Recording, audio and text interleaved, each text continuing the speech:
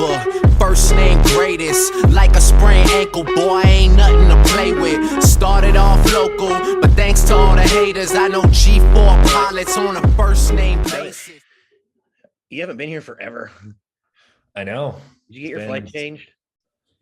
I'm working on it right now, actually. We found another flight. Thank you. So are we starting the podcast here? Or are we just yeah. Okay.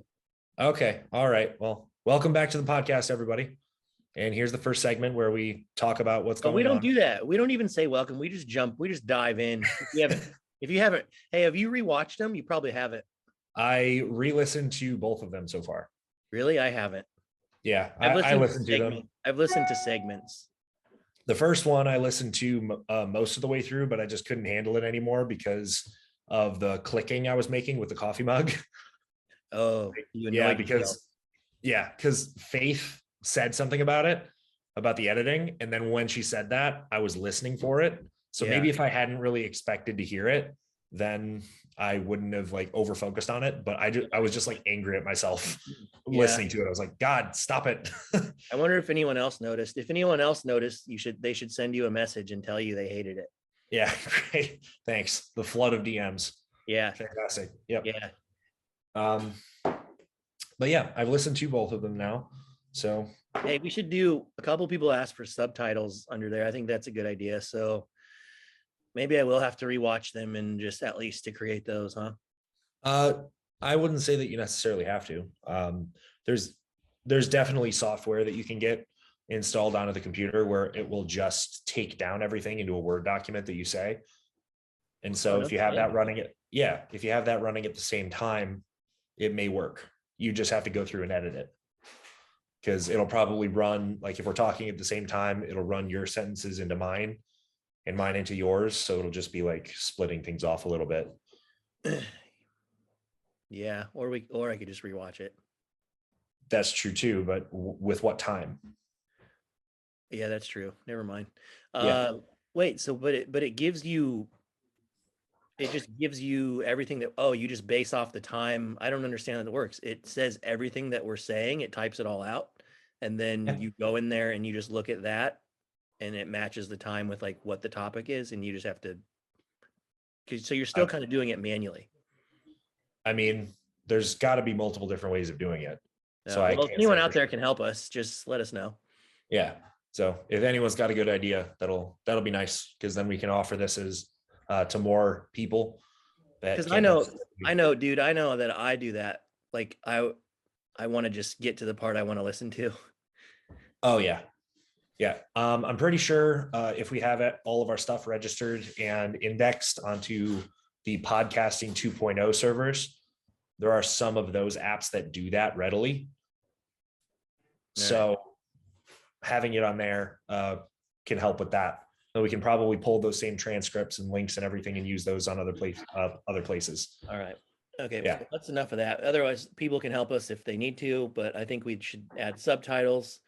I mean, have people been messaging you a decent amount? A lot of people have messaged me.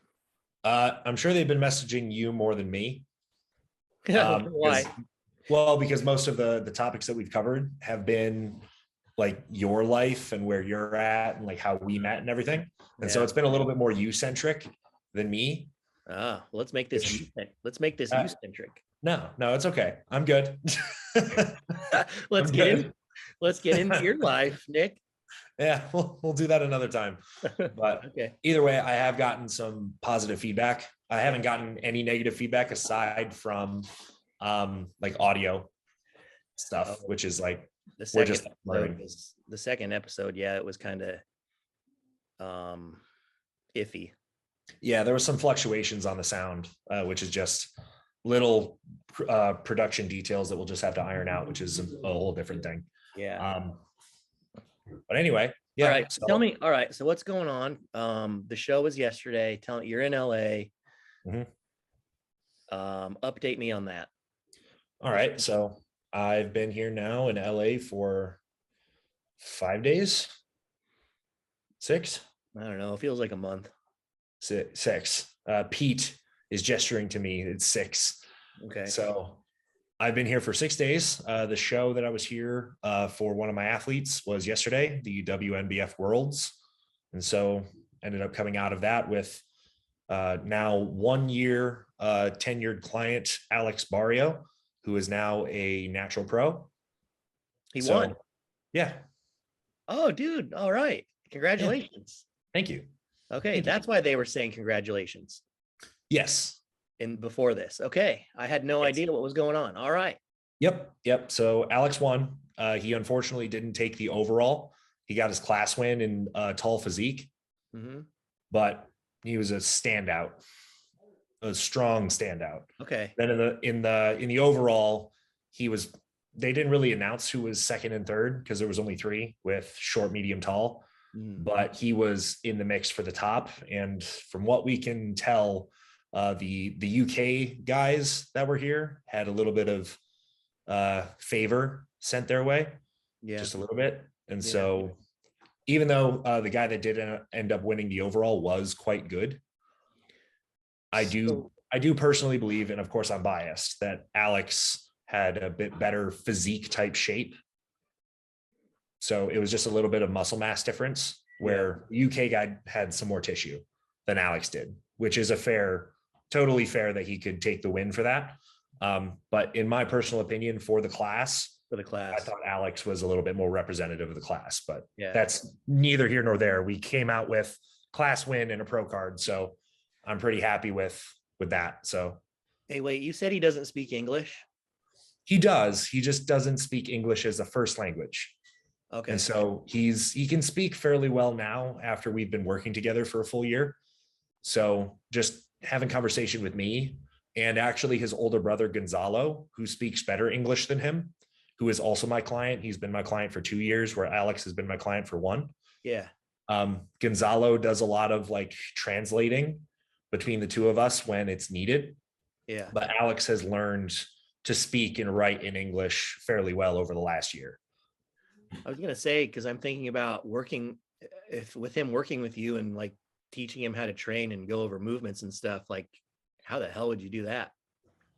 I just try to make most of the phrasing a little bit less intricate so that I'm not using any sort of bigger phrases or words that may be misunderstood. And if I have to, then I'll try to explain them a little bit extra. Yeah. And aside from that, since I do have his older brother that speaks both Spanish and English and does so very well, I can just rely on him a little bit, where Alex just doesn't get it. Yeah. Gonzalo's been with me longer and he speaks better English, so he knows what I'm saying most of the time. So he can do the translation between the two of us if it's necessary. Yeah. Okay. Yeah.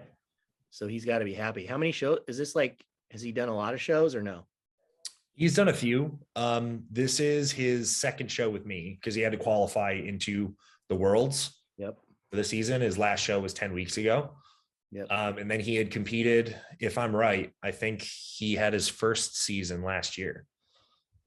Nice. So I believe, I may be wrong, but I believe his first show was last happy. year. He's very happy. Yes. Very happy. Yeah. Feliz. Yeah. Yes. Hey, do you want to talk? What's it like out there? I'm curious. I will say that LA is in the environment of today. Yeah. What's LA like? LA is pretty much exactly what I expected LA to be. What part are you in? Gardena City. Okay. So it's like 15 minutes away from LAX airport. Okay. So it's, fairly close to there, fairly close to Venice Beach in that area. And there are stuff. homeless So it's people everywhere. Oh yeah. Yeah. Oh yeah. Where we are in Gardena, it's not too bad. We don't see way too much here, or haven't, but going out a little bit closer to the water is real bad. Are they wearing masks and enforcing you to show vaccine cards? No, actually, which surprised me. Pleasant Yeah. surprise. So I will say that going to Gold's Venice, you wouldn't know you're at Gold's Venice until you're actually in the doors, because the entire premises is covered in a tent city of homeless people. Oh, I know. Last time I was there in 2015, it was that way. I can't imagine what it's like now. Yeah, probably worse because most of the time we just had to walk on the street rather than on the sidewalk because there was no way to walk on the sidewalk. I know it's worse. I've other people have said that, like it's insane. Yep. Yeah. Yep. So that was pretty much what I expected it to be. Most of the city here, like obviously the houses are small, everything's really packed in together, but What did it's you think of the gym itself, of Gold's Gym, Venice, going in there? Did you like it or no? it was decent. Yeah. It was a pretty big space. They had a fair amount of equipment. It's kind of sad to me that a lot of their better equipment was actually outside rather than inside the building. Yeah. So they weren't in the best shape possible just because they're outside and they're taking the weather. So it really doesn't help to keep the quality up when You know how Gold's Venice became Gold's Venice? Like how it became the Mecca? tell us all the story. I'll tell you all the story. So when I was a teenager, I was really a phenom. And this guy, Ed Connors, like older people will know who Ed Connors is. He bought Gold's Gym with Pete Grimkowski and another guy. And those three turned Gold's Venice into Gold's Venice by basically, he made a deal. He let photographers like Chris Lund, that was like the main flex photographer, shoot there for free. He gave people like Chris Aceto, you know that name, everybody knows that name, give him an office there to work, to start like offering people diet advice. He was one of the first coaches, I would say, one of the first, not the first, but he was in that era of like the 70s of when that kind of first started, and that's how he got started. And so he painted the famous, like the walls with the red across and Gold's Venice written in the walls. So like in the photos and all the magazines, you'd see these guys in Gold's Venice, and that's where they were training. So then people just started migrating over there, and that's how it happened. Mm-hmm. And then from there, it just blew up, and then they, made it corporate and franchised it out. And then they sold it in the early 2000s to some other people that then just ran it into the fucking ground, of course. Yep. Yeah. But Sounds it's still, right. Gold's Venice is still there. Not what it was, but still there. Yep. It was fair enough. I'd say you can definitely get a decent workout in there. It's just, there are better gyms. So that's just what it is. Plus we had a little bit of a trouble in there. Because the group that I'm here with, the Austrians that I'm here with, Pete Stark, which you can see over my shoulder. Yep. Hey, Pete. Way behind me on screen. Yep. He's been a client of mine for about 4 years. Pete's opposing coach. Yes, a very good one, and Very also good a very good coach on his own. Yep. And he is one of the leaders, and maybe the primary leader. Yes or no? Primary leader of Lift the Standard, which is quickly rising in the German and Austrian. And I thought you were going to say he's the prime minister. No. But LTS, his company, which he's now got a very large roster of professionals now working with and under him. Mm-hmm. And it's starting to really take over bodybuilding in Austria and Germany. And it's starting to spread, and he's doing more work with it. So along with us is also Tobias Buchner, who is Tobias. Maybe in the room, maybe not. Yeah. There. He's over in the corner. He's got his hand up. Yep. And who is Tobias? Tobias is a coach, and actually for this last prep season for Pete, he took over his nutrition for him. Okay. Well, I maintained my normal functions, but minus the nutrition. Right. And Tobias is in Austria as well? Yes. Yep. Correct? Good. All right, cool. Doing good so far. Yeah. And then our third man is Marcel, who's on the couch. I have to move. There he is. Hello. Yeah. Marcel Togny, who is the cameraman and media guy that we've got along. And so we had a little bit of trouble just introducing everybody, because we went as a group to go to Gold's Venice, and we were turned away from being able to film or record anything aside from using a cell phone. Yeah, because you have to call corporate, like the head corporate office, to get approval. And we were told it takes like a week for you to get approval at minimum. Like, okay. Dude, I've heard some private gyms. There's one down here actually where people are going, that a pro bodybuilder is like owns, and they don't let you do any filming in there at all, at all, either. I don't understand the concept of that. I do. I do get it. I get it from a bodybuilding standpoint, but not from a business standpoint. Yeah. Yeah. Unless, of course, there's enough irritated people with a million other people that come into the gym every day that have tripods everywhere and then a professional camera crew around everything that you're doing. So I can understand that. I understand that too. I mean, I hate it, but that's me adapting. And like me 5 years ago would have been like, that's great. I love that. But now, I mean, I still think it's great, but now I totally get why people record, you know, that's just part of what goes on now. But if they don't want filming in there, like, that's fine. That's their prerogative. Yep. But So anyways. Yep. We were trying to get some content in for Lift the Standard, and we weren't really able to do that. So it was a little bit of a pain. But either way, that's the story on Venice. We've been able to train at a couple of other places here, and most of them have been mostly comparable to one another. Yeah. So it's been decent. Overall, the trip has been good. It's been really busy. Yeah. But that's just about it. Yeah. Is it nice? Is the weather nice there right now? It's fairly cold, actually. Is it like what? I mean, it's been in like the 40s, 50s. Oh, wow. Yeah. Yeah. I'm not positive that it's touched the 40s, but I haven't really even looked at the temperature. I've just known that I've felt fairly cold. And even the Austrians here that are quite used to the cold have also been cold. So at least I'm not just, I'm not just a big girl from Florida that's having a hard time adjusting. Well, listen, you're going up north for Christmas, right? I'm not sure at this point, actually. I'm not sure. I think you're going to Michigan. That is the plan. It's not directly around Christmas. It'll be close, but we'll be going to Michigan. Time. What I'm getting at is when I went home and it was in the 20s, now that I've been in Florida for 2 years, that's a real thing, man. It was like bone chilling. Yep. Like Florida's made me soft. I remember when I was a little kid, my uncle came to visit in the winter for Christmas, and he's lived in Florida his whole life, and it's the first time he's seen snow. He was no joke around the house wearing a full on, like, what do you call those? Long johns? Yeah. Like long john pants, shirt, sweatshirt, sweatpants, and then a parka, like a winter coat around the house inside. I didn't go that far, but now I get it. Yeah.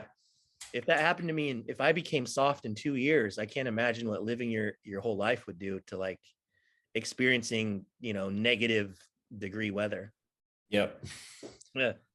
Yep. I don't even think right now I'd easily tolerate what I was doing just in college, like walking around in the blistering wind of upstate New York. Yeah, dude. I used to walk into work in downtown Des Moines. It'd be like with the wind chill negative 10, 20. Yep. I'd have to walk, I don't know, maybe like a quarter mile. Like it was pretty far. Like to get inside, and it like I just feel the wind cutting through my dress pants, like it was just chopping my dick off. Yeah, is what it felt like. Yep. Terrible. I would walk in comparable weather in college, like wearing shorts and like. You're one of those guys. Yeah. I would do that. Why though? Why would you wear shorts? Just because? Like why? I would do that in the winter, going to the gym. Typically. Really? Like I'd have to walk to the gym. Yeah. And I wasn't just going to add extra clothing on that I was going to put on after I had sweat. And I'm just going to get like another set of clothes dirty. So why wouldn't you just wear the clothes in and then take them off when you get there and then put them back on? Well, that's what I'm saying. Even if I put them back on after the session, then they're still going to be like dirty clothes. And that was just extra laundry that I didn't you consider those dirty? Yeah. I wouldn't. I would, because I would be completely soaked. No, man, I'm saying if like you wore sweatpants walking there and then you get into the gym and then take them off. Yes. And then the session's over and then put them back on. Yes, Why I not know. do that? That's what I'm talking about. I would still consider those to be dirty because I would be totally drenched in sweat before that. And even if I exchanged the clothes, I would put those on and then they would be soaking up the sweat that's still on my skin. So like, what do you call this? Like my perspective and your perspective on this, like the way our brains work, like, is there a word for that? Because I always ask you and you usually come up with it. Like, you know, when you just give people your different perspective and it just shifts your entire mindset on how you see things and like, you know, you what just I mean? had a Like, breakthrough. yeah, there needs to be like a word for that. Like, because sometimes just hearing someone else's, and I just get this from a lot of clients, like when they just tell me what's going on with their lives, and then I'll be like, well, why don't you just do this? That seems pretty simple, like a simple solution. They're like, oh my God, I never thought of that. Like there has to be a term for that. Because you're just like stuck. You're just like stuck in your own ways. Like I have all these weird quirks that I've noticed that I do that I'm like, why is my brain work like that? Habits. I guess. Yep. It made sense once. So you made the decision and never thought about it again. Yeah, you're right. That is all it is. It's just a matter of doing something that your way your entire life, and then you never even think about it again. Yep. Yeah. What else? You got anything else you want to talk about the trip? I mean, not really so far. No. I mean, we went out to the boardwalk once. That was kind of nice. Yeah. But I mean, for the most part, LA is what I expected LA to be, and that's pretty much where I'm at with it. Do you ever want to go back? Only if I'm here for an actual event that I have to be attending. Otherwise, hell no. Yeah. I don't have any, you know, I lived there for a little bit, right? I didn't. You didn't know that? Yeah, I lived in. Is this when you moved out to live with Craig Goliath for a little while because Ed Connors reached out to you? No, that was when I was 19, 20, and I lived there, with Craig Goliath. That was another time. But I also moved out there in 2015 for a little bit when I worked under Meadows. Okay. Just to get out of Iowa, and I thought it would be cool. And the other guy that coached under Meadows at the time, his name is Alexander Cortez, actually a brilliant guy. Actually, you two should talk. Actually, he should come on sometime because he is next level brilliant as well and has a lot of interesting opinions on topics. Like just a guy like beats to his own drum, kind of looks like Jesus, like the long hair and the beard, and like he's a lifetime natural, like just a cool dude, man. And we would sit and talk like how me and you talk. And he posted on Facebook that he needed a roommate. And I was like, you really need a roommate? And he's like, yeah. And I'm like, dude, we should just all come on out. Why not? And he's like, come on out. And I was there. I just left. I was there in a week. And then stayed there for, I think I only stayed about 6 months, and then came back to Iowa, but I didn't like it at all. I lived in North Hollywood, which was a shithole, I thought. Yeah. My car got broken into, and then like Hollywood, people think Hollywood's nice. Hollywood's also a shithole. Yeah. And then West Hollywood is predominantly a gay community, which is fine. And then like, you know, there's Beverly Hills. Like I didn't like any of it at all. Yeah. In the traffic, you couldn't even go anywhere. Yep. Traffic's pretty heavy around here. A drive that should take you like 15 minutes for the actual miles that you're driving will take you 3 times that on average. Yeah. It's pretty dumb. Yeah. So I just never went anywhere. And then my car got broken into twice. That's never happened in my life. Like that's the only time ever. And it was in a garage, like underneath the building. Nice. Yeah. So anyways, I don't have very fond memories from LA either, but that's whatever. Yeah. Yeah. So that's it. I haven't even talked to you since I went home. No. Nope. Yeah, that was fun. It was too short. Nothing really too much to report there. My niece is like a full-blown adult now, and you can have just full-on conversations with her, which is fun. and they're going to have their second one in January. And Nice. other than that, I almost missed my flight, of course, because I always either almost miss my flight or do miss my flight. It's just like inevitable. And I left on time. I'm trying, what ended up happening? Oh, there was nowhere to park.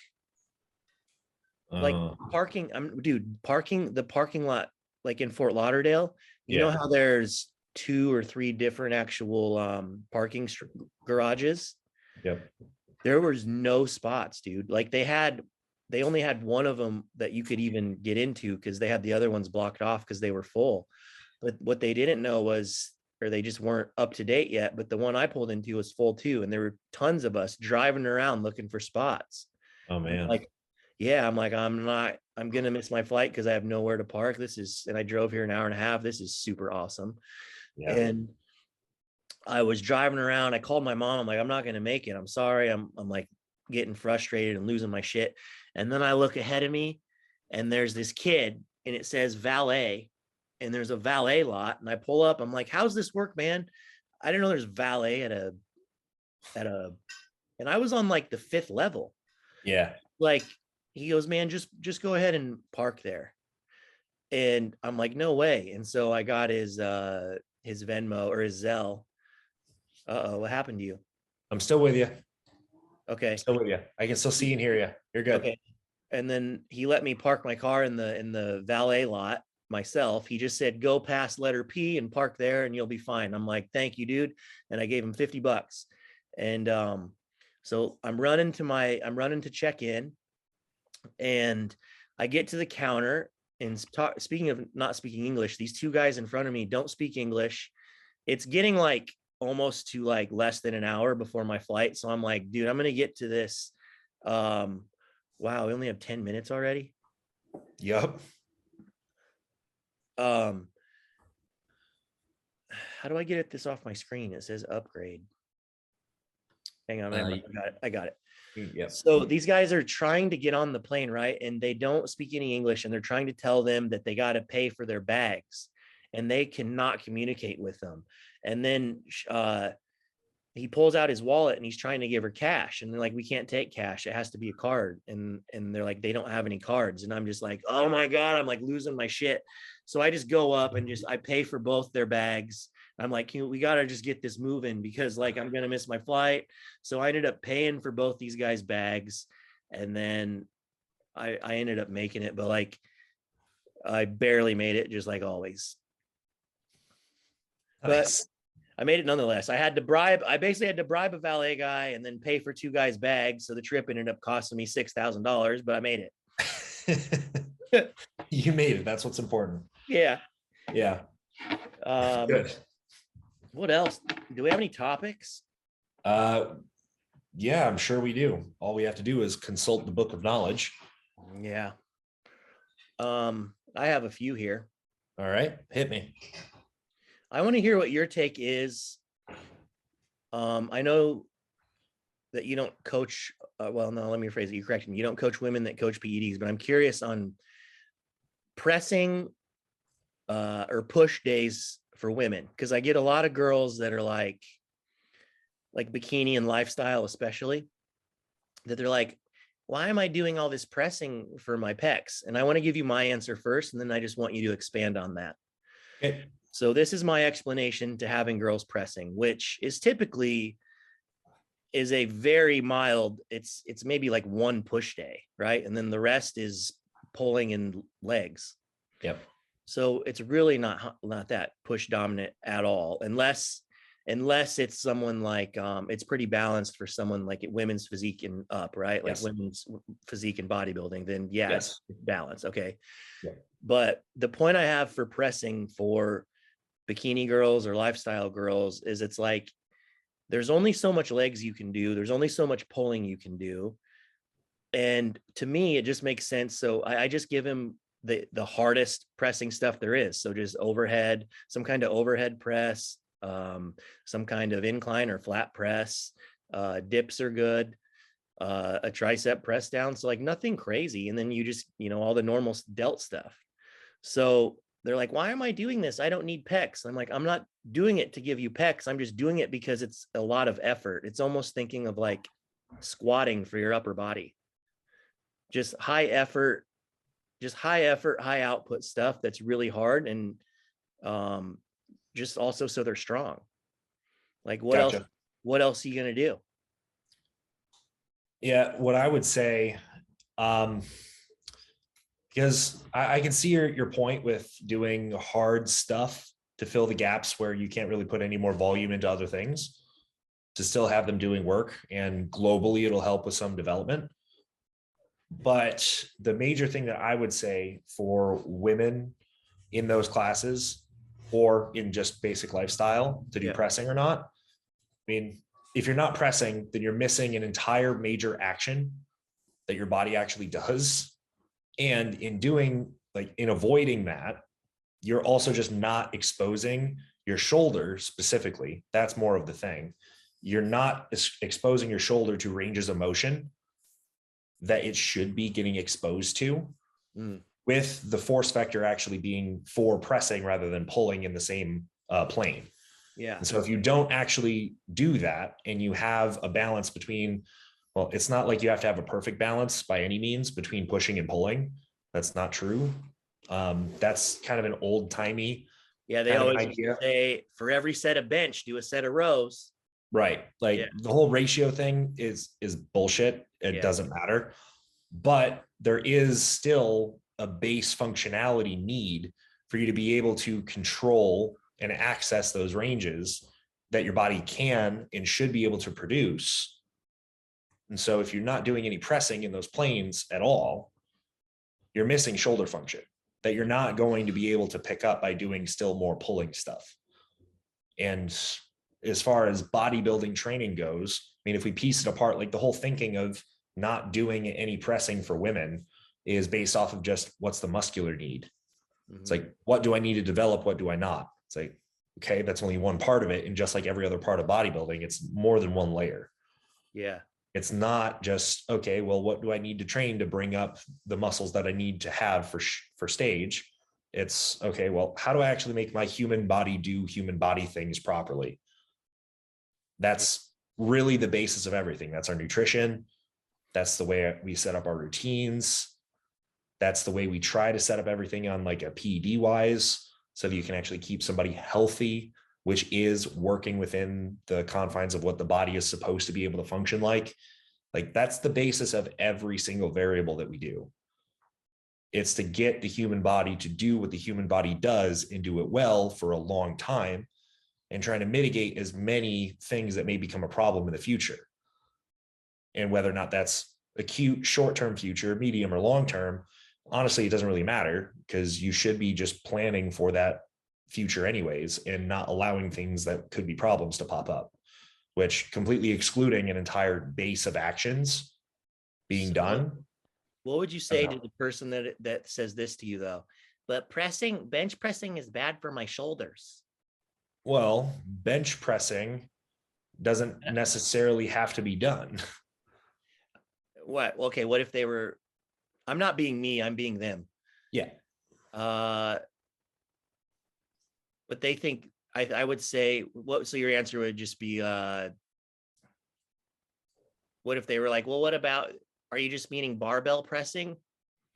That I would be referring to barbell pressing. Barbell pressing doesn't really need to be done. I'm just getting you to try to explain to people what the right answer to that would be. So just go into it. Why would barbells be bad versus something else? Explain that to people. It's a fixed medium is the thing. And right. So why would that cause a problem? Yeah, I'm getting there. It's a fixed medium. And so since it's a fixed medium that runs through free space, you're having to move your body at the whim of the implement. And so since the bar is just a bar and your hands can only be set at different grip widths in just the specific way that you grip the bar, there's still going to be limitations because you don't have freedom of motion and rotation at all. And so you're restricted in your overall rotational ability at your shoulders, which is a problem for your shoulders. Because if you don't have the access to the position and rotation that everything else should be, like down to your hands where you're actually contacting the implement, if you don't have that, then the rotation components that should be taken up by the lower limb of the arm, the wrist and the forearm, if it's not taken up there the way it's supposed to be, then it gets deferred upwards. So it gets deferred into your shoulder. And if you don't have the proper access to the ranges that the bar necessarily pushes you to go into, then that's a problem. Yeah. And that becomes an issue for your shoulders, because there's honestly, it's not a fantastic medium for being able to do it without having to do a lot of other stuff for your shoulders and with your specific setup and customizing things and being very careful with like the load exposure that you're doing with it and this, that, the other. So it takes a lot more considerations for you to be able to do barbell pressing and actually get something out of it and not have negative consequences build up either quickly or over long term. So are you saying I should always do dumbbells? No, you could also do pressing machines, Smith machines, cables, and free weight type stuff like dips and push-ups. I want you to explain, and this is what you and Jansen's initial conversation was, right? If I remember correctly? Yeah, it was. Talking? Yep. Okay, explain to the people grip, the importance of grip, the conversation you had with Jansen that impressed him. Go from there. Okay. So a lot of people, more people than you would really think, at least from my frame of reference, do a false grip on presses most of the time. And false gripping has some issues to it that I'm not too fond of. So one of the major things is once you have, and it ties into the same thing that I was talking about with just the barbell even, is that it's a deference of rotational capacities that happens when you have a barbell in your hands. Talk to me like you're talking to, what's the guy that just won the show? Alex. Talk to me like you're talking to Alex. Okay. That's a little bit condescending, but all right. That's okay. No, sure. I don't mean it that, I didn't mean it that way. I meant it just because you know what I mean. I forgive you. I'm busting your balls a little bit. I know. So the way I would explain this is when you do a false grip, for you to set your hand onto a bar or any implement really, and just try to get the most total surface area of your hand contacting it is the wrong way to go. And that's what happens when you do a false grip. You're just putting your hand on it so that you can create a platform with your palm where the majority of, like, as much as you can possibly get your hand to be on the bar, you do, all except for your fingers being over it. And you do that without your fingers being over it because you set the bar so low in your hand, or just across generally the top middle portion of the hand, just like turning your wrist back. And people do that because it's more comfortable, but they do that because it's comfortable because they don't know how to grip a bar or anything else with an active wrist in hand, which is a problem in itself. So when you just put your hand on a bar and you're going to press it, or dumbbells or whatever, you put your hand on it and you go for a false grip, what ends up happening is you end up just flattening off your hand. And when you do so, to get as much surface area contact with your hand, you naturally end up turning your hand a little bit medially. So you end up, like, if you're watching the video of me doing this, when you grab the bar and you're in a false grip, then you have to turn your hand like that to get it flattened. And what happened to my arm when I did that? Started to turn outwards extra. Yeah. Which is a common problem with presses, false grips, in presses in general, is that the upper arm travels way too out to the side. Explain why that's a problem, please. Because it's an abrasive angle for the internal shoulder. You don't have great muscular control there.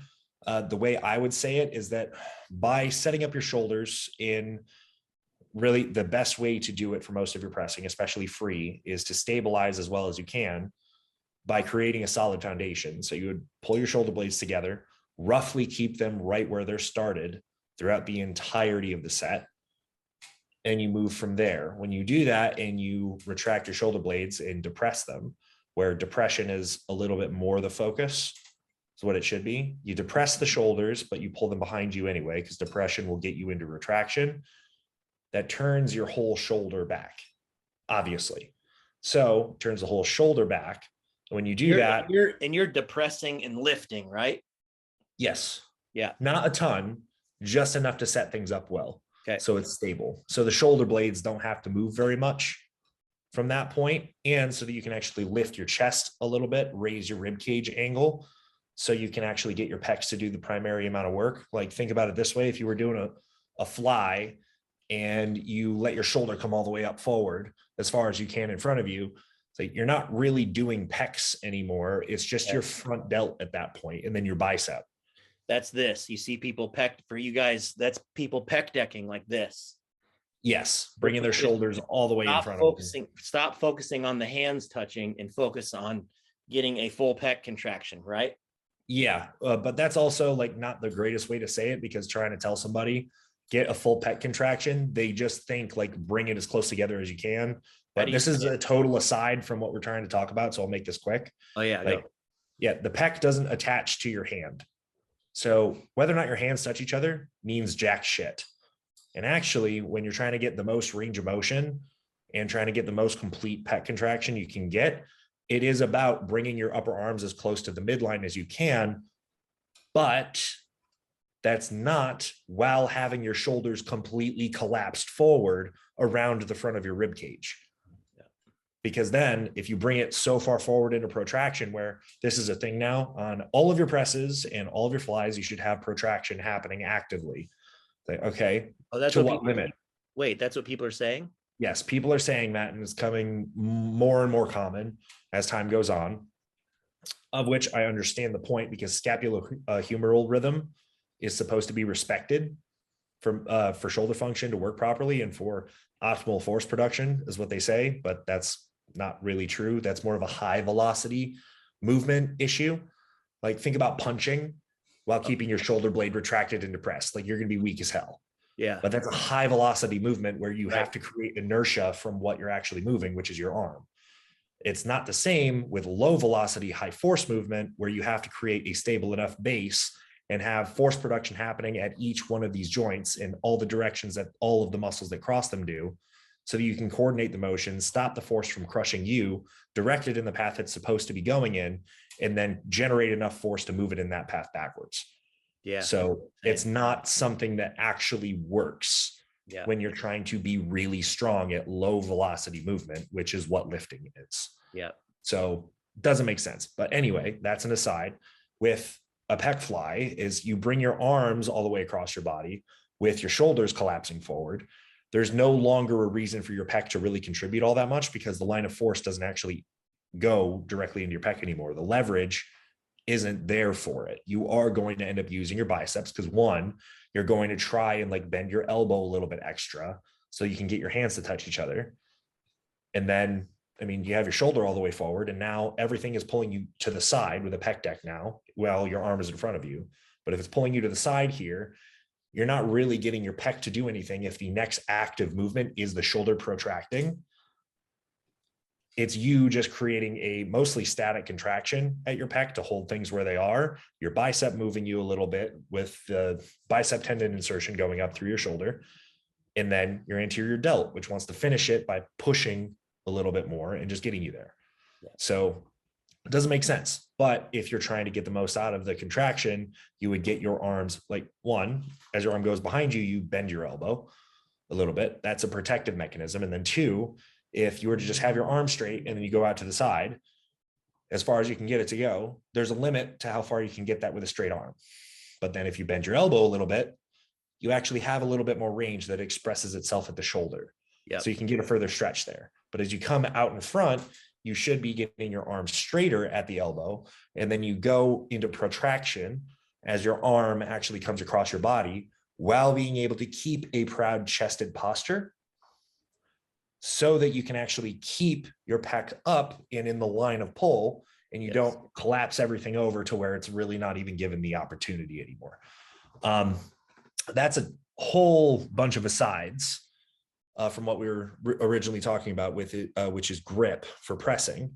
And so when you set up with a false grip and you're trying to put the most contact of your hand against the bar, because you're not really thinking about it much, you're just putting your hand on it and going, which is another part of the reason why it's chosen, is because you don't have to think about anything. You just grab it, go. Yep. So cool, great. More stuff that nobody's thinking about. Yeah. But when you get into that false grip position and you have the most contact across your hand, that necessarily has your hand medially deviate a little bit. It turns medially in total rotation, which internally rotates your shoulder.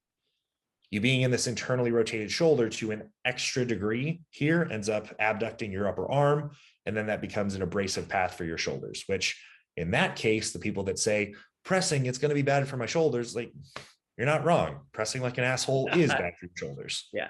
So and that also, Nick, that also puts a lot of strain on the pec tendon, right? Yes. Yes. All right. Yeah. The more that you go out into this abducted angle, that within a certain range, there's really not much of a difference, but you get far enough into the abduction of the shoulder and you're actually trying to go through a press, especially towards the bottom where it's stretching. Yes. It doesn't have great force production leverages for the pec, but it does for a handful of other tissues, the smaller ones that run like across your, across and underneath your clavicle, across the top of your shoulder, and then into your upper arm. And that takes up most of the force. Okay. But you can end up having a multitude of different kind of tears that happen there. That's how I tore my pec, Nick. That's how I tore my pec. I was a barbell bench presser just like that. Mm-hmm. Yep. And part of the reason would be that as you're getting into that angle, you feel a little bit stronger. Yeah. But you feel stronger because, and I like to use an analogy like this, is where, think about it almost like bowling. I'm going to blow your mind with that one. Yeah. Yes. Turn your head. Bowling. Okay. So think about you being in a pretty neutral position in like the mid-range of abduction and adduction at the upper arm for your presses or for your pulls, really, because you can do this with pulling as well and you can figure it out. In this middle range, you don't have anything stopping you on the sides, right? You have like free and total movement. But think about that, like you're bowling and you have open lanes, you have no stoppers on the sides to keep you from going into the gutter. I love stoppers. Yeah. Yep. But then if you're taking yourself up into that super abducted position for your presses, it's like you're putting one of those bumpers up. So you have one side that is a safe bet that holds you in place away from the failure of having something go wrong in either direction. You can only have it happen in one. Because you go up into abduction far enough, there is a hard stop for how much further that can actually go. Got it. Yeah. And so that's the bumper on the lane. And so if you just lock yourself in there tightly, then you're just going with what you got. And you at least know that you can't go up here. You can't go further up here and out, but you can fall into here. But you're unlikely to, because the way you set up your shoulders to maintain that super abducted angle is not going to allow you to drop very low. Yes. It'll allow it to happen, but it's not going to be very easily achieved.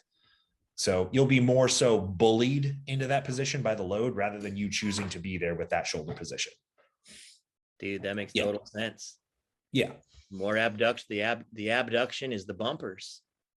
Yes. Got it. When it goes to the certain degree, when it hits like an end point that you can't take it any further, that's pretty much what it is. Yes. Yeah. And so, but you would get more issues like from the pec, like happened to you, by going all the way up there, because it doesn't have great force production capacity in that position, because it doesn't have great leverage.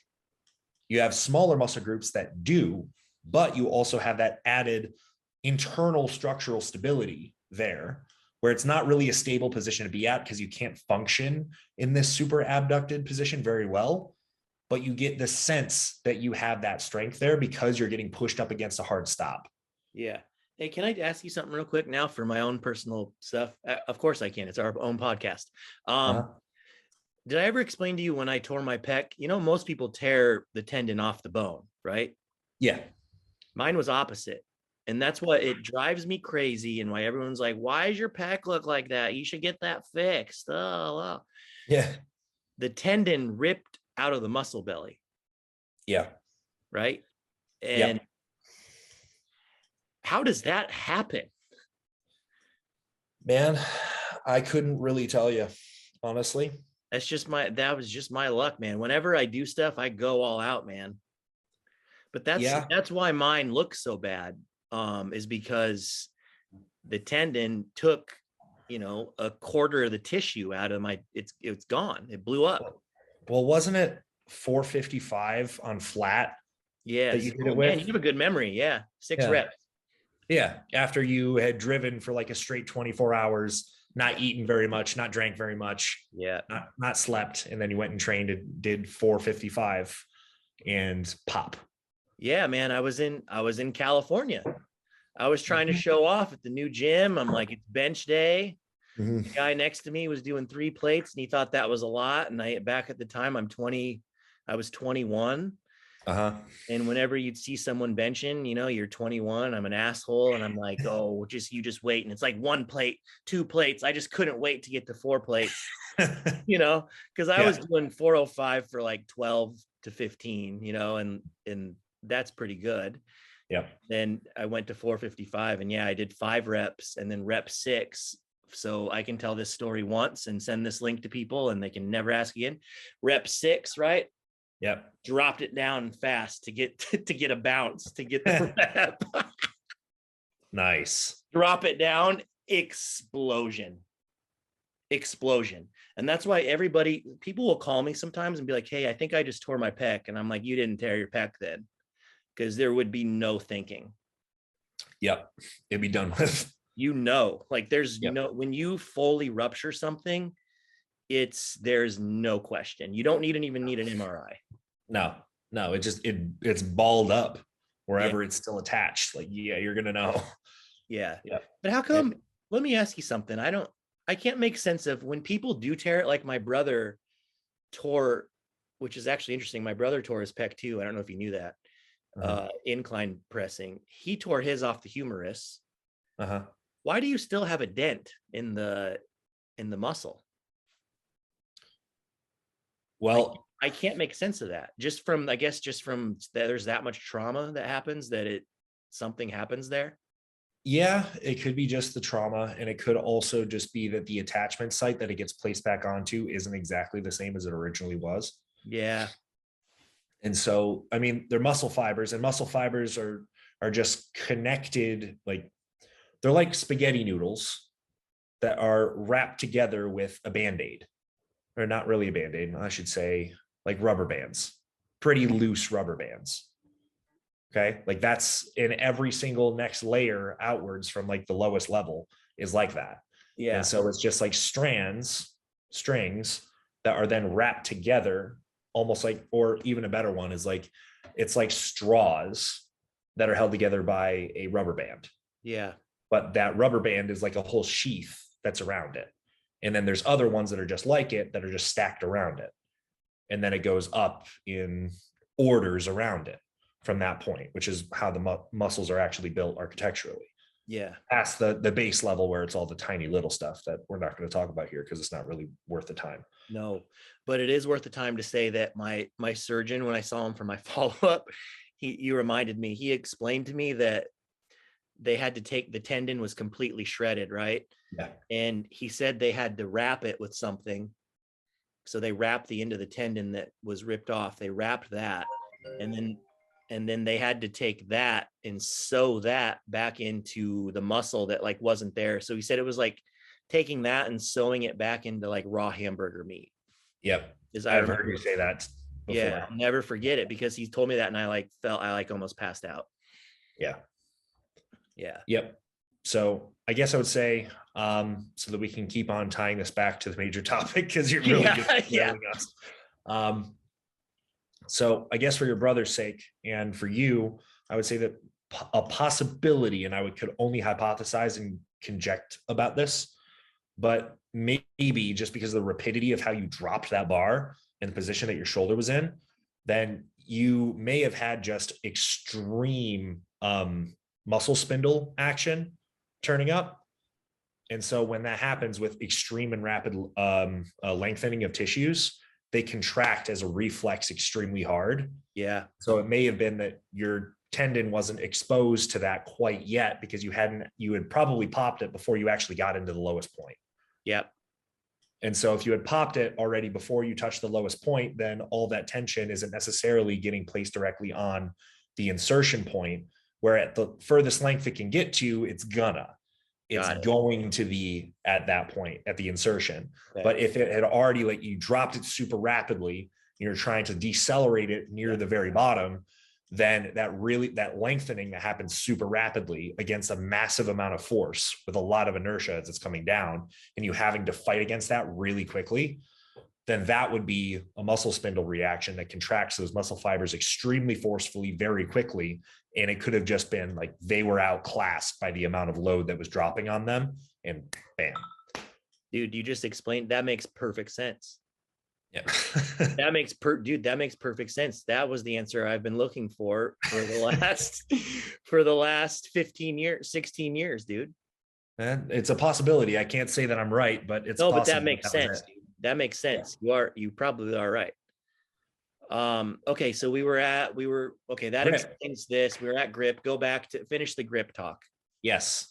So total amount of contact point across the hand.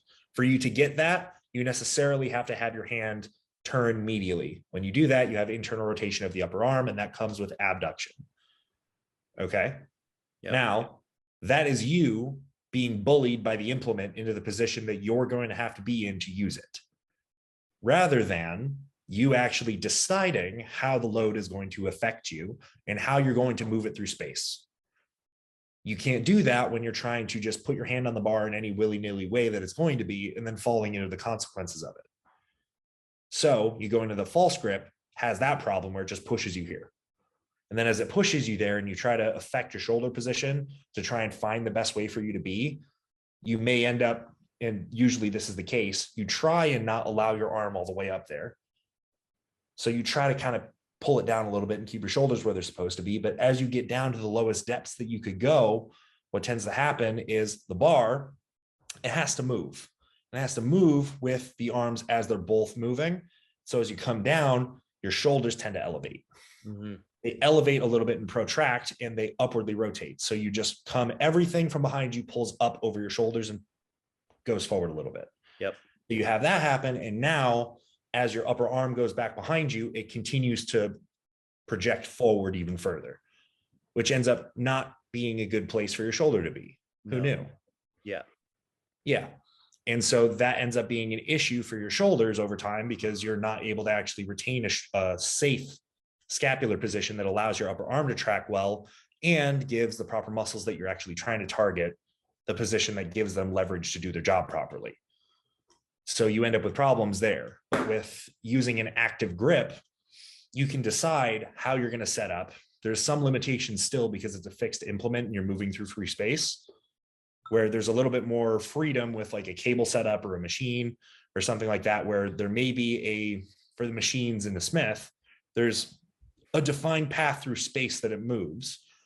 And so you're not really tied to physics in the typical way that free weights are going to be affecting on you. So you don't have to respect gravity for the direction that it acts on quite as much. Mm-hmm.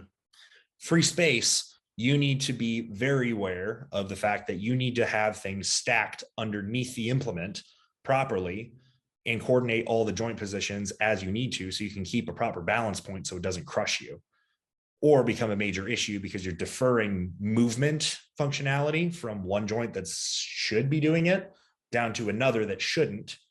And then another one that really doesn't have the capacity to take up for more than one joint that needs compensating. Okay. I want to try to, that's super advanced for people listening. Would you, let me say what I think you're saying and tell me if this would be correct. Because it's actually opposite of what most people would think and say, right? Like free weights would be safer because the fact that it's free, it puts you in the best path to move. But you're actually saying the opposite. Sometimes, depending on the machine or a Smith machine, the path that it's in, you can move your body into it's almost like you can move your body around the fixed position that it's in to set yourself up in the strongest, best position you can be in, right? Yes. Okay. That's what I'm saying. Yep. Yeah. Okay. Yep. And then there is still a point to that, what you're saying with free weights is that you still have the ability to, like, if you go with pure intuition, you might be able to land on just the perfect way to do things. But that's if you have perfect intuition. Yes, but that's also not going to be perfectly dialed into, like, that may be perfect for how movement of the human body should be in a vacuum, just like how the body's supposed to move. But then you have to think, how is the body supposed to move when doing something that it's not really fully intended to do? Which the way that we train for bodybuilding or even for powerlifting is not really what the human body was intended to do necessarily. Yeah. The human body is actually built much better for tasks like running and throwing. That's really what the human body went through its evolutions to build the capacity for. Low velocity type movement under extreme forces is not really what we were built to do. And especially in the planes and patterns that we tend to do them, because they're accurate for disadvantaging our ability to use everything. Yeah. So we can isolate off certain muscle groups, because isolation of any muscle group is not something that's normal for the human body at all. We're built in a very sophisticated way where every single muscle group has supports from just about anything else in the vicinity that crosses the same joints, and further down the line if it's a larger, more complex pattern with multiple joints moving at the same time. So we're built that way for the purpose of being able to do any sort of movement that we need to do. If we need to move an object or we need to move ourselves, we're built to do that in the most efficient way we can. And that's going to be doing it with as many possible contributors as possible.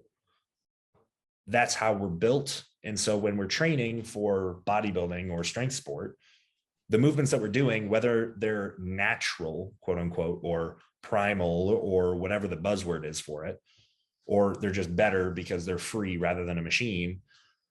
Like, there's some arguments to be made, like free weight movements have a little bit more of a functional carryover, just because you do actually have to control everything yourself.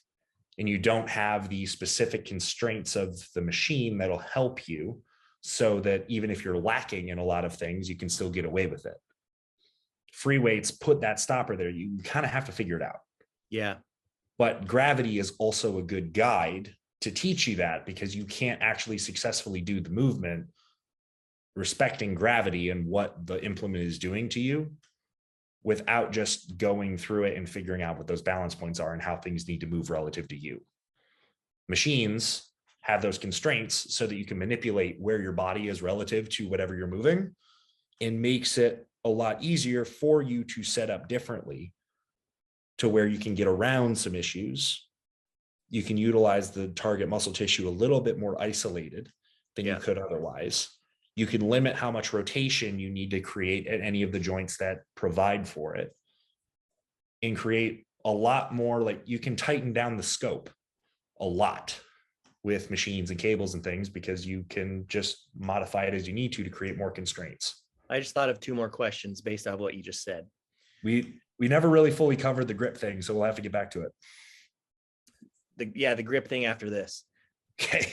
But answer it. You don't have to go in depth, but would you say, so now you made me think, do you think that athleticism has declined in people because of what you're saying? Like, thinking about that makes sense. Like, our ancestors and stuff were probably far more athletic, and then athleticism declined because we got like more and more lazy as civilizations advanced, right? I would say that's just a fact.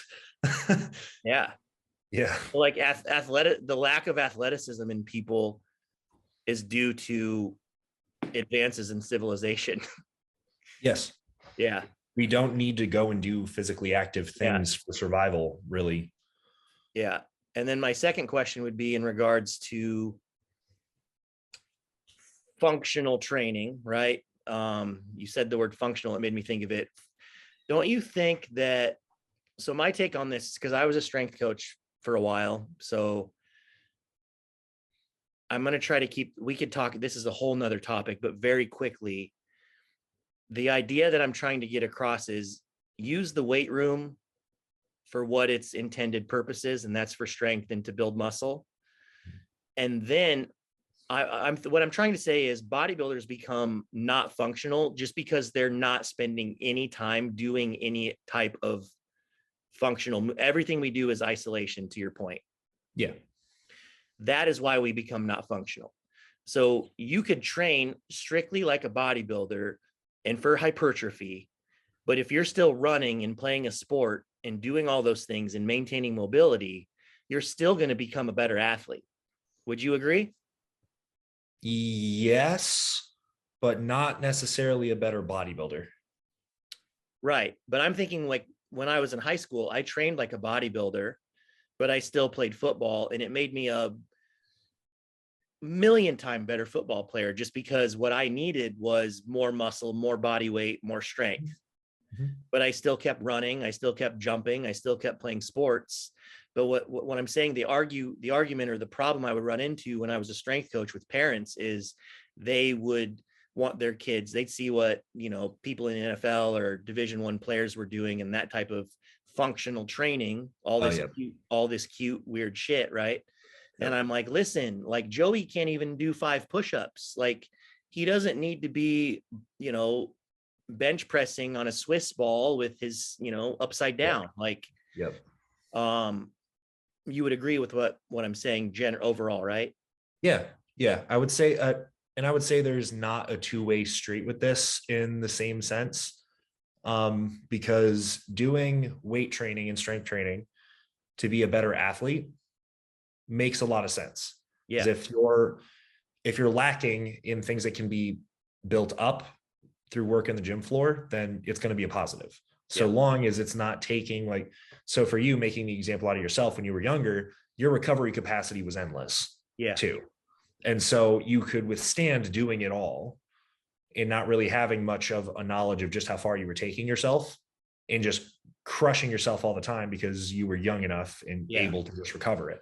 Where with compound movements every day. Yeah. So you were just able to beat the hell out of yourself and survive it because of how young you were and your recovery capacity was crazy. Yeah. But with that being in balance, you're going to be a better athlete by doing weight training stuff to bolster your athleticism and how you express that in your sport. But then on the other side of things, if you're a bodybuilder and you're doing the other athletic stuff, it's more likely going to drain you of recovery resources that you're going to have better spent on specifically the things that you're doing to bring your bodybuilding further. Yes. So there's not really the two-way street with it. It's pretty much one way. Doing more athletic type stuff on a frequent basis is going to help you to maintain your longevity a bit more. But depending on how much you're putting into it, there's still a pretty stark cost to what you're going to be able to do with your training for bodybuilding to continue to progress. Yeah. So there's a big trade-off with that one. But I will say that training for bodybuilding, you just have to do it intelligently and stack things properly and have an understanding of mechanics well enough that you can build programs that get you as close as you could be to retaining or building those functional bases that our bodies are built to be able to do and express themselves through, so that you can actually continue to progress without having many issues that come from doing everything in a super isolated way. Yep. So it just takes a more sophisticated approach for you to be able to do that. Just throwing anything at anything and everything, and just for volume's sake, I'm training chest. So flat bench, decline bench, incline bench, then pec flies, and then a cable fly, and then a dip. It's like, okay, well, that doesn't really cool. You trained the shit out of your pecs, but you didn't really cover a lot of implements. You didn't really cover all of the ranges that you should be in. You didn't really get yourself into different modalities that are going to help you even further by having you either respect gravity totally or be able to manipulate it in your body relative to it so you can get a different effect relative to what you're doing. You're not really focusing on, and this ties back into the women doing bench pressing or not, or any sort of pressing at all. It's those things where you're not getting yourself into the other ranges that you should be getting into at the same joints that you're training with in another way. there's going to be a problem at some point Yeah. where you don't have a balance in your ability to access and control ranges of motion. And that becomes an issue over time, which is what happens with most typical bodybuilding training anyways. Yep. Like you do the same repetitive patterns and you don't really paint the fringes, quote unquote, and do all the stuff that gets everything around those ranges that you typically go to. You lose ability to access them. You lose ability to control them. And then if for some reason you ever go back to them and you're not prepared for it and you overshoot it, or you're just totally unprepared for it, and you continue down that path, you start to exhibit some signs of problems building, but then you don't change your method, then the range of things that you're able to do within a program itself, or just you as a human being, gets narrower and narrower over time. It doesn't expand from there if you don't actually expand your movement bases. It just contracts further because you're isolating down your access and control to only the places that you've been. Yeah. Yeah, that makes sense. We have 4 minutes. Can you wrap up the grip in 4 minutes or no? Me explaining, I explain things and then it's like you explain them on steroids. That's what this is. Well, I guess that's fair considering you're no longer on them and I am. So yeah, good point. Yeah. Good point. Let's see. So I'll do this as quickly as I possibly can. Okay. So false grip gives you medially rotated at the hand, internally rotated at the shoulder. That creates the problems with your shoulder not really being stable in the movement path that you're going in. And the deeper you go into the press, the more problems are likely to show up. And so that ends up being a problem just in itself, but that rotation that gets deferred from the hand goes down into the shoulder. And then that's really what creates those problems. Mm-hmm. Okay. But if you have an active grip where you actually place the bar into a position where you're going to be the strongest and you can position the bar pretty much directly over the forearm, then you can modify the position of your upper arm based off of where that is.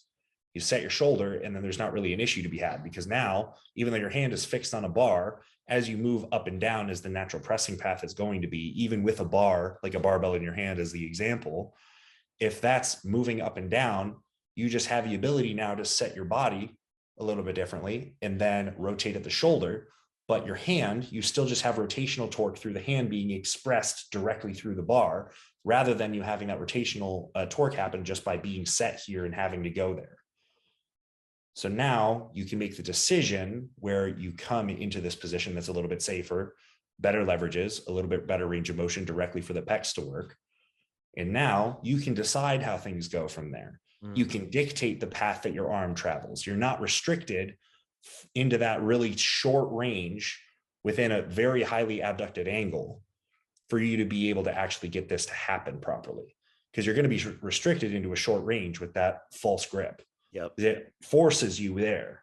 If you're not forced anywhere, because you have, even though you have still constraints by it being a bar and your hands having to be directly sitting in parallel to one another, it doesn't just go straight up and down, it moves up and down. But you need to be able to adjust and place the primary joints under them so that you can actually get things to track properly with balance. All makes sense, but then there's a proper way to actually grip, correct? Yeah. Yeah. Oh, here's another part of the reason why it creates those rotations is that when you have the false grip and the bar ends up being a little bit higher in your hand, if you're watching the video, if I have the bar where I would actually set it up, it's going to be pretty low in the hand and you can turn upwards. So you have like your knuckles facing the sky. Yeah. And so everything's stacked, right? Yes. Yeah. Where if you have a false grip, your hand turns back necessarily because it has to. And now this distance between the bar, where the bar actually is in your forearm, that's another force vector that you need to manage. And because that wants to pull your arm up in space, because if you didn't stop it, the bar would just go like, whoo, straight at your forehead. Yep. If that's there, now you have to manage that by your shoulder coming forward a little bit, your elbow wanting to come outwards, but then tuck itself as you go lower. You end up in this really weird path. Yep. And so problems end up happening. The way that I would recommend doing it is you set up with your forearm flat underneath it, hand a little bit inside of your shoulder width, where shoulder width would be a little bit wider for most people. And when you say shoulder width, they actually go wider than shoulder width.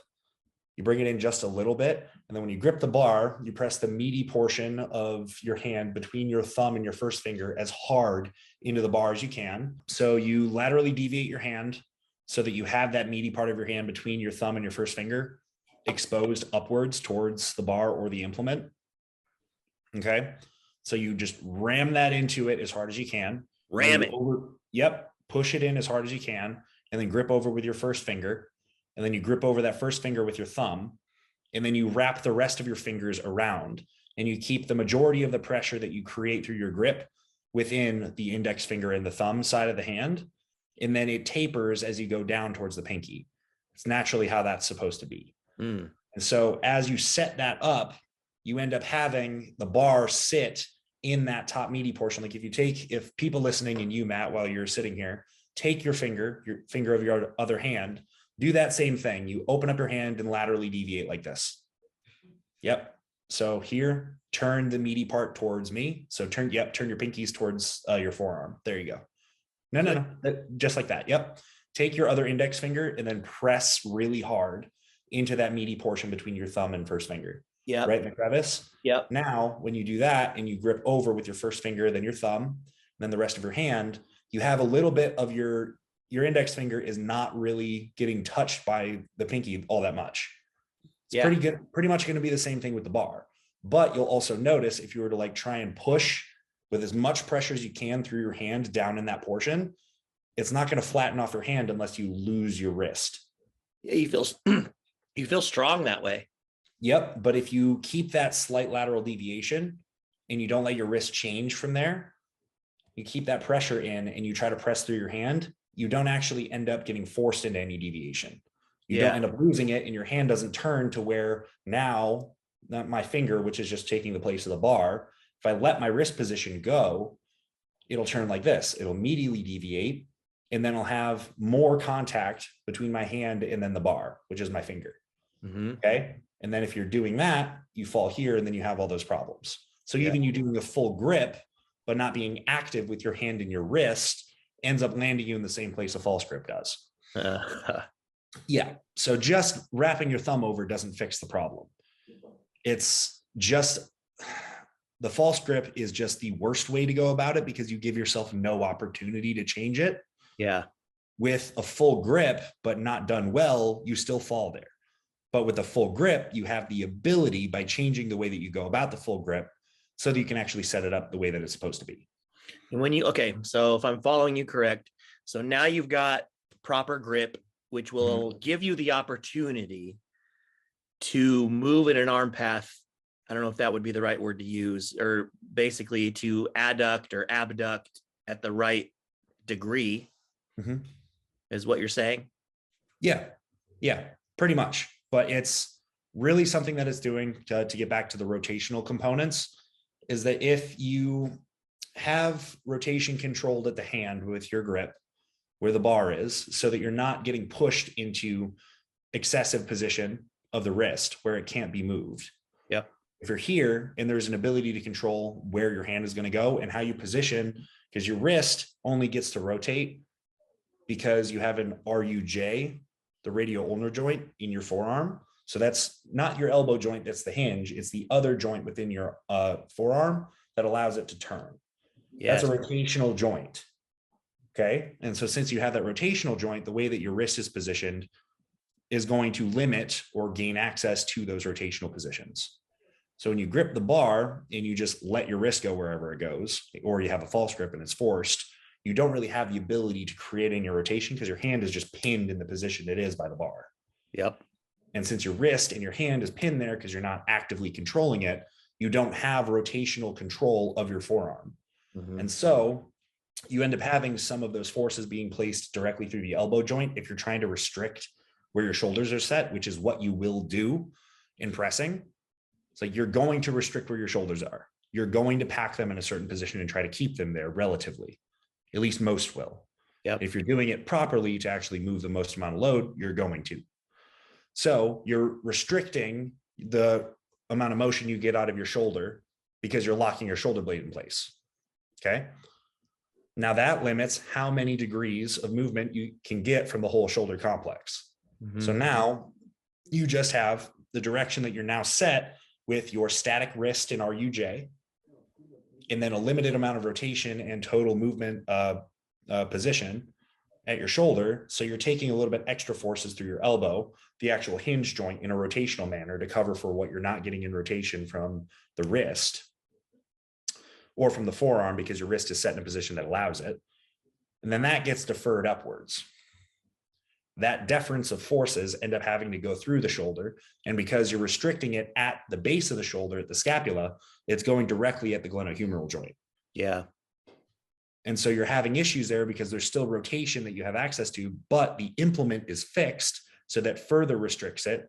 Your wrist in your RUJ that is now locked in one position is now forced into a further restriction because of the extra force vector at the hand from having the hand turned back. There's another restriction on your ability to move. And so you have a ton of things that are stacking up that are making you less able to dictate what happens with the press, and forces you to just compensate as you move for what that weight necessarily makes your body do given those constraints, because it has to move somewhere. Yeah. Gravity is acting on the implement. It's going to push you somewhere if you're allowing it to happen. You're going through a press, so you're going to lower it. You're going to lift it back up. But you've created so many constraints on it because of being lazy with the positioning and how you're controlling it, that now you're just stuck within a very limited range of how you can move. And those ranges, with all of the constraints that are now set with all of the joints involved, have now limited you to a range where the only way that you can get your upper arm down this far is through creating further issues everywhere else. Yeah. And this is why you're able to add extremely, in my opinion, like very impressive increases in strength extremely rapidly, just because you're putting people that have been training in, because most people, like all the things you're saying right now is how most people press wrong. Yes. A combination of all the things you're saying or all the things you're saying. Mm-hmm. And then you fix it and you're just getting them aligned properly, and the poundages just explode. Yes. Generally, right? Yes. Yeah. Yep. Now that's typically how it ends up working.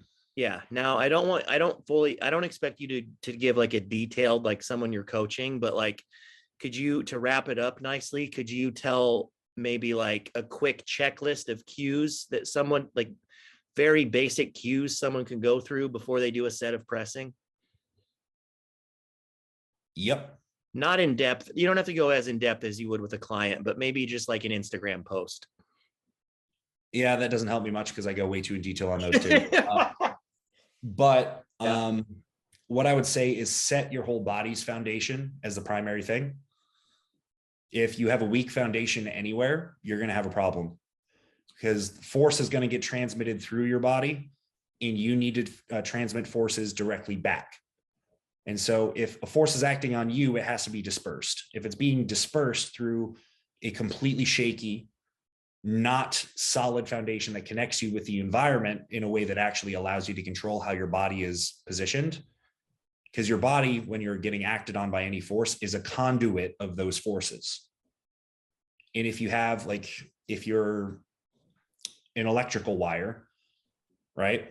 Yep. Or a power line, and you have a whole bunch of cuts and splits, what happens when electricity is put through it? Shorts. Yeah, but it's like, it's not getting tracked in the direction that it should be to actually transmit the full amount of electricity through the line to its destination, right?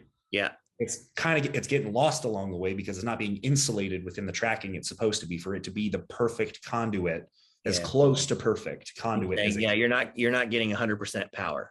Exactly. Yeah. You're still trying to, like, the amount of load that you're moving is still the same load.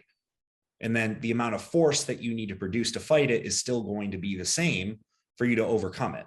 Right? Yep. But if you don't have a solid foundation, then the load is not going to be, it's not going to be dispersed properly through everything. And so you don't have the ability to go through normal movement strategies to be able to accomplish the lift. Yeah. There's going to be things that happen, like your body is going to move in whichever way that the load is forcing it to, so that it can actually go through the range of motion at the joints that it's acting on first. But then once it gets to its final destination, like a halfway point, so you're going through the eccentric on a bench press and you don't have a solid foundation with the rest of your body, then where do you get the ability, the power to press again? Yeah. Like, So those are Yeah, energy leaks. yes, it's Now, energy leaks. Now, when you are setting a solid foundation, though, explain what that means. That means feet fully in contact with the ground, because what do we see? People bouncing their feet, people's feet in the air, whatever. People are laying on the bench like they're laying in their bed. Yep. Like I tell people, and you have millions better cues than me. So I tell people, feet on the ground, push into the ground, lay yourself on the bench, push yourself into the bench, like make yourself an immovable object onto that bench. Right. Yep. That's pretty much the shortest way that you could say it. Yeah. Okay. So that's setting a solid foundation. Yep. And I would also say, with setting that up, you set up your feet and your legs in a position that you can actually generate downward force and forward force through the foot. So you set your foot in a position where you can push diagonally forward through the floor, because that does the job of pushing you through the bench backwards, and that locks you in place. Yes. Okay. So that has both you fighting that downward vector. So you're actually contributing to part of that like up and down force vector that's happening, but then also trying to push you backwards so that you don't get bullied as the bar necessarily moves forward or backwards, because it will. Yep. So you're going to be able to do that. And then as you initiate motion, again, because you're going to end up having your body move wherever it needs to go for you to generate the forces to get it to happen, setting the foundation solidly enough so that you can put that pressure back into the direction that the bar is acting on you and the forces and the loads are, and how the muscles that are supposed to be making the motion happen are going to pull the rest of your body to move. If you already have a set foundation that works against the load and where it's trying to move you, you're going to have a better time of getting the muscles that are supposed to do the job to do it. Yep. Okay. Further up from that, because people would ask about this, what about the arch? You don't purposefully arch your spine. That doesn't really help. For powerlifting, that's something that you do to lessen range of motion. Yeah. But for bodybuilding or just general resistance training, you wouldn't. You also don't do the opposite of that and try to flatten your entire back against the bench, because that's also not helpful at all. So you set with a normal, natural arch that you would have as if you're standing. So if you notice, when you're standing, your spine isn't totally straight up and down. That's a duh. Yeah. So you don't set up that way because it's not really how you're supposed to be. Okay. It doesn't make any sense. You set up with a neutral spine, mostly, and then you only arch just as much as you need to for you to set your shoulders in the position they need to be. So for you to get into a good degree of depression at the shoulder blades, you're necessarily going to have a little bit of T-spine extension. Yep. So that's not going into your lower back and then trying to arch your lower back a ton. It's getting a little bit of T-spine, mid-spine extension so that you can set your shoulders where they're supposed to be, because it naturally is paired with each other. So you set there only to the point that you necessarily need to, and then you just go from there.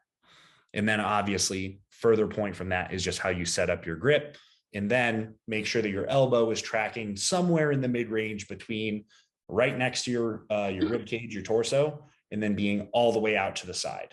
You find a happy middle ground where you can actually get your upper arm to go the furthest distance.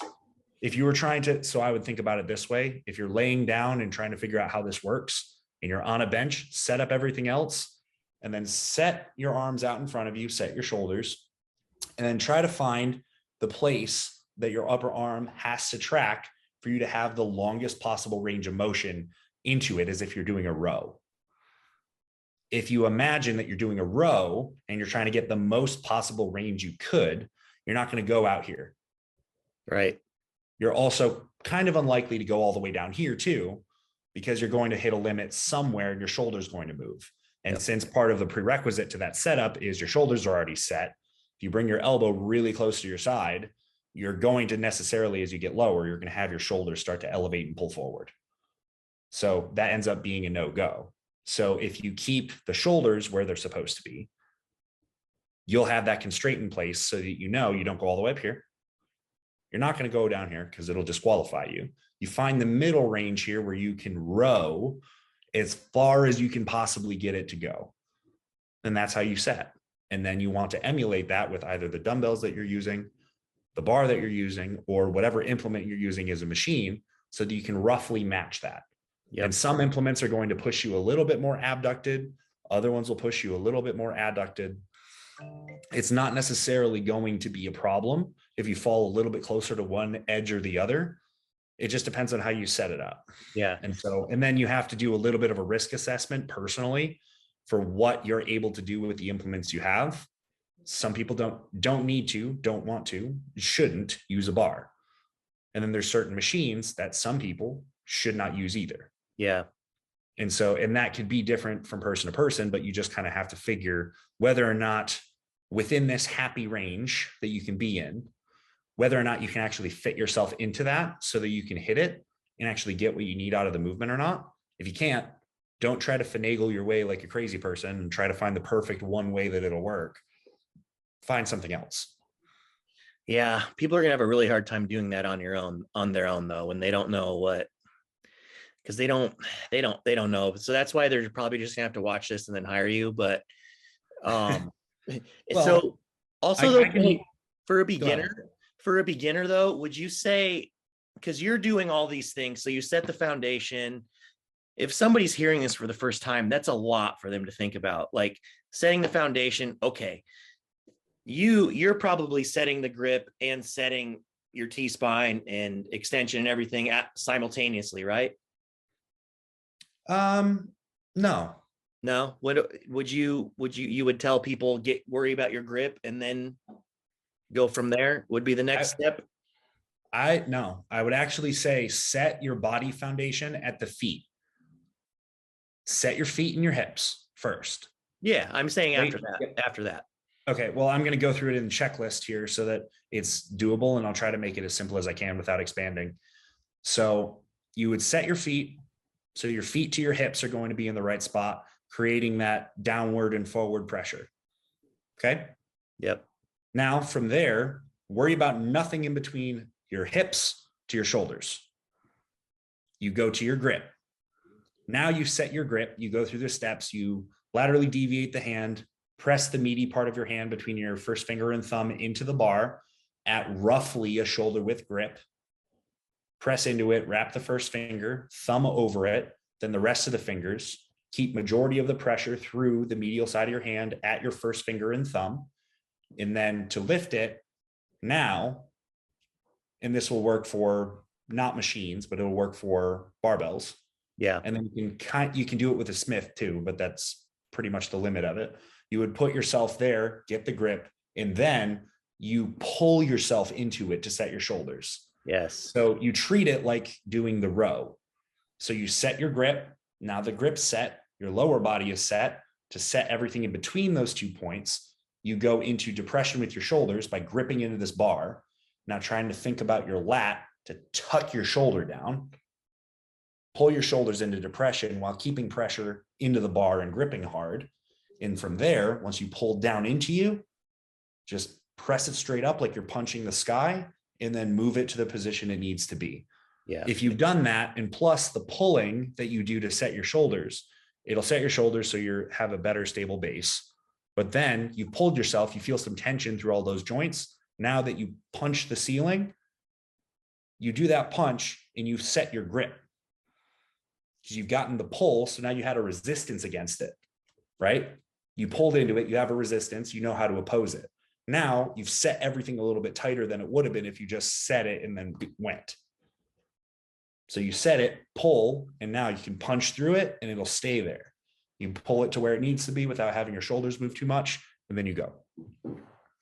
I think that's perfect.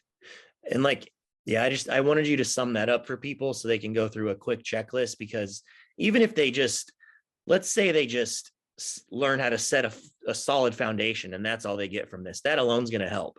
And then if they can just figure out how to get a proper grip and then get a proper arm path or abduction ratio, that's going to help a lot too. So if anything, if we can get people to set a solid foundation, get a good grip, and then fix this and get them in a better arm path, they're going to be much better off. Yes. Yeah. That was perfect, man. I think this just turned into a pressing clinic, but that's okay. That's what every episode has turned into so far. Yep. Not a pressing clinic, but some kind of clinic of something that we didn't plan. Yes. So I think that's good on pressing, man. That was great. I've got a list of things I want to hear. I guess do you want to just go? Do you want to go until, do you want to stop now, or do you want to do one more thing? I should probably stop now. Yeah, that's totally fine. Yeah. Is the rest of the guys here? I want to make sure that we get to go and do some of the things that we were planning to do. Yeah. I think that's very helpful, dude. People everyone wants to know how to press, and everyone wants to know how to build pecs. And I think that was pretty fucking solid. Well, thank you. I appreciate that. Yeah. Pushing the thought process is good. Well, pushing the thought process, but it's just like, dude, because I think pressing is the one thing that people think that's super easy, that there's not much to it and you can't really mess up, but you still see everybody pressing wrong. You look around the gym, nobody's doing any of the things you're saying. Yep. Everybody's pressing in all with, now that people know what energy leaks are, they're just pressing with energy leaks, like in every way possibly that they could press wrong. So, and then the amount of shoulder problems that people get from just chronic overuse of pressing that way. So I think that alone will be very helpful, because people think that you can't mess pressing up, but you can absolutely mess pressing up. Yes. Yeah. So I think fairly severely. Yeah. Yeah. I think that's perfect. For this one, I'll let you go, and you guys can go get dinner and do the stuff you can. And then, dude, try to get your ticket home, man, because I want you here on Thanksgiving. Yep. Actually, I think that might have been handled. So I think we're good. Oh, I think I'll be back on Tuesday. Tomorrow? Oh, Tuesday. Tomorrow's Monday. Okay. Yeah, perfect. All right, good. Because I just wanted you here, man. I want I want you to be here. It's been a wild year, and I'm not going to be home. You're not going to be home, and I want you to be here. So thank you. Yeah, of course, dude. I want to be home too. Yeah. I've had just about enough of LA. And all of these guys are amazing, and I'm really grateful for being here and spending time with these guys. So I want to get as much time as I can with them. Yeah. But I'm pretty sure everyone's just about ready to be home now that the real events are done. So we just have a couple things that we're going to knock out, spend some quality time with each other, and then we'll see each other at a fairly soon date in the future. Yeah. Okay, buddy. I'll let you guys get going to dinner, and I will see you in 2 days. Yep. See you then. All right, man. Bye. Hey, bye.